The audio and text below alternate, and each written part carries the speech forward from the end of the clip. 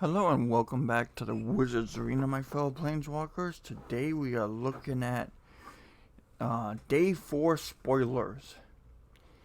First up we have Kaya's Onslaught, 2 and a white instant. Target creature gets +1/+1 and double strike until end of turn.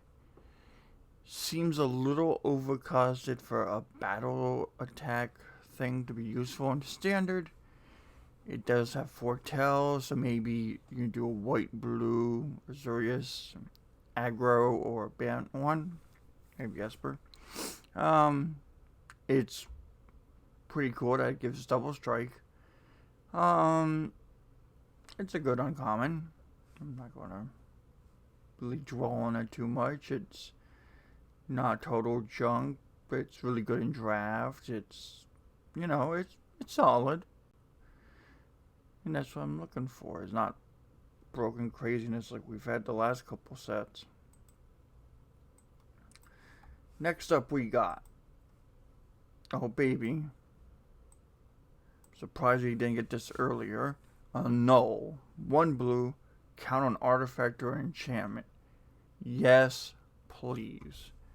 I love this card as a counterspell. Yeah, it only hits 2 of the types, but it's a very relevant type. I welcome this back to standard. In a standard environment like now, 10. It's awesome. I love it. I'm kind of surprised it wasn't printed in Theros, but maybe they didn't want Theros to suffer from having the answer in their own set. Next up, we have Little John Seekers. 3 in a blue shapeshifter changelings, and does the battlefield, if you control 3 or more creatures that share a type, put a +1/+1 counter on them. They are an okay common.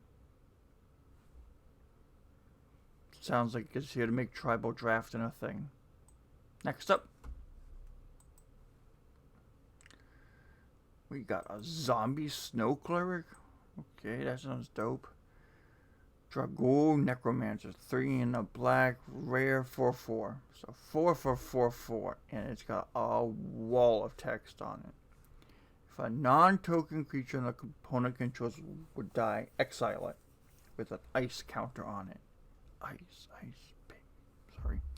You may cast spells from among cards in exile your opponent's own with ice counters on them, and spend mana from snow sources as if they were mana of any color.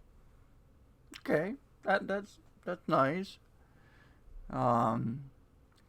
So he lets you cast any of those spells. I mean, creatures that die. Let you, in a snow deck, be able to do that. This is our 3rd big snow set. Probably 2nd because Ice Age and Alliance didn't really have much snow stuff. Ice Age just really had snow lands, not snow types. So yeah, this is fine. He's a 7. He's not breaking the bank or anything. He gives you value, especially in Commander. I like him. Next up we got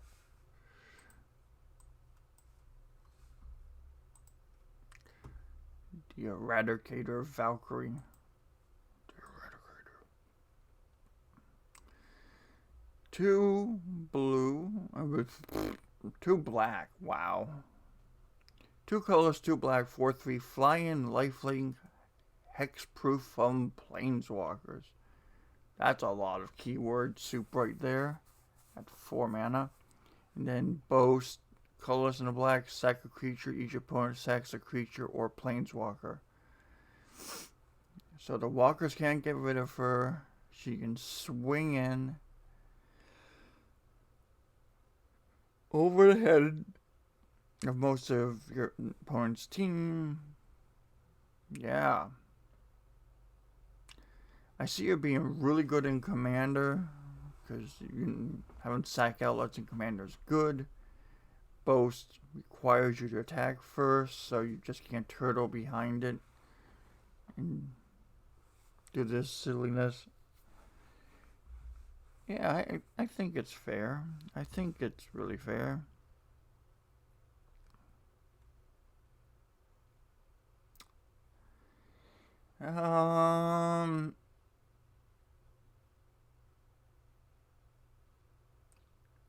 Being a 4-3 with that new lightning bolt in standard kind of downgrades it a little bit. To 7. But in Commander, I think it's an 8. Because in Commander, you don't usually see bolt effects run. Next up. Oh, baby. Time to get that Google Chrome on with its translation online. Translation incoming. Skemafar the Shadow Sage. 3 in the black, elven cleric. Baby. He's just a creature. It's not a legendary. Even though it sounds like he is legendary. He's a 2/5 uncommon. When he enters the battlefield, choose one of the 2 modes. 1. Each opponent loses X life, where X is the most creatures you control that have a creature type in common. Okay, play tribes. Got it. Or you gain X life, where X is the most creatures you control that have a creature type in common. Okay, so we have a tribal Gary, Great Merchant of the Apostle, except instead of hitting them and you, it only gets to be 1. And that's why it's 4 mana and not 5. Okay. That's great. Gary, everybody loved. People probably love this guy in Tribal, especially in Commander. Moving on to our next wonderful card. Haji Mob. Okay. It's common. 4 in a red, 5/4. Boast. Colorless in a red. Deals 1 damage to any target.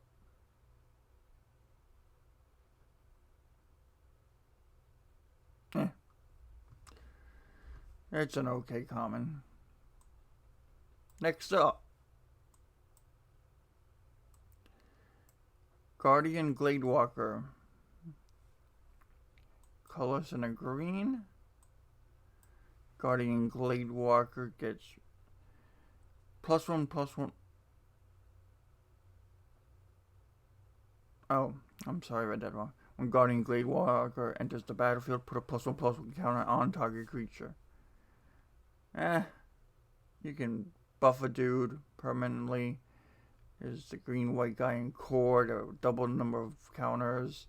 You can buff himself. There's an ooze that buffs things right now. It's okay. Maybe it will fit in that theme. That'd be about it. Next up. Snakeskin Veil. Okay, we got another common. Green. Put a +1/+1 counter on target creature you control. It gains hexproof until end of turn. Okay, I can get behind this combat trick because it's not +1/+1 till end of turn. So that's pretty cool.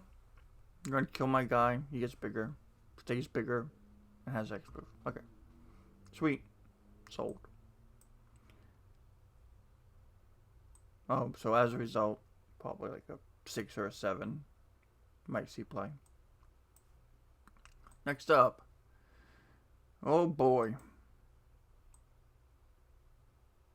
Uncommon Silliness Multicolors. 2 a green and 2 blue for 0/0 changeling legendary snow creature shape-shifting changeling. Enters the battlefield as a copy of a permanent you control, except it's legendary and snow in addition to its other types. And if it's a creature, it enters with 2 +1/+1 counters on it and has changeling. Blah.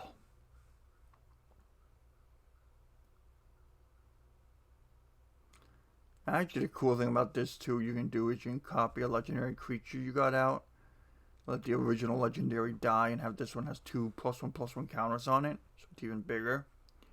So if there's a big legendary creature that's currently being run around in standard or in your commander deck, you can buff it. It's kind of neat. I think I like this one a lot. Yeah, it's an 8. I love them. He's an uncommon. That's awesome. Nice little budget pickup for your deck for a shapeshifter. Or a pretty cool commander too. It's legendary. Next up we got an artifact. Bloodline Pretender. 3 for 2/2 changeling. Comes into play, choose a creature type. Whenever another creature of the chosen type EBTs, put +1/+1 counter on him. Sure, more tribal synergy. Why not? Good cheap pickup. If you're building a tribal deck for commander, go get this guy. It's gonna be cheap. Probably be in like the 25-cent bin. You know, counts as your tribe. I like him. Playing on a budget, you should like him too. He's a 6 definitely. Probably a 7. Might be useful in standard, depending. Next up we got Maskwood Nexus. Ooh. Sorry, that one blew up a lot. 4 for an artifact. Creatures you control are every creature type. The same is true for creature spells you control and creature cards you own that aren't on the battlefield. Okay. Everything's a changeling. Sure.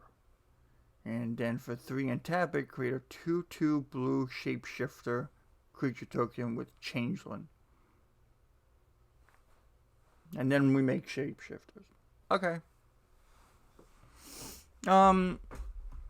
Nothing broken. It's just cool. Give it a 6. It's fancy. Doesn't cost too much to do its thing and stuff. It's fine. Next up we have Faceless Haven. Snowland. Tap that of colors. Sweet. 3 snow. It becomes a 4/3 creature with vigilance and all creature types until end of turn. It's still land. Change it into a changeling. Go get them. Fine. I'm down with that. And it's vigilant too. That's fine. Yeah, I'm like, you know, in certain scenarios, he's going to be like a 7 or an 8. Other scenarios, he's going to be like a 2. Give him a 5 overall. Overall, he's pretty good. Better than some of these other creatures that are lands, you know. But it's fine. My name's been Dramo with the Wizards Arena, and this has been Day 4 Spoilers of Kaldeim. I'll see you guys in the next video. Please like, share, and subscribe, and you have yourselves a great day.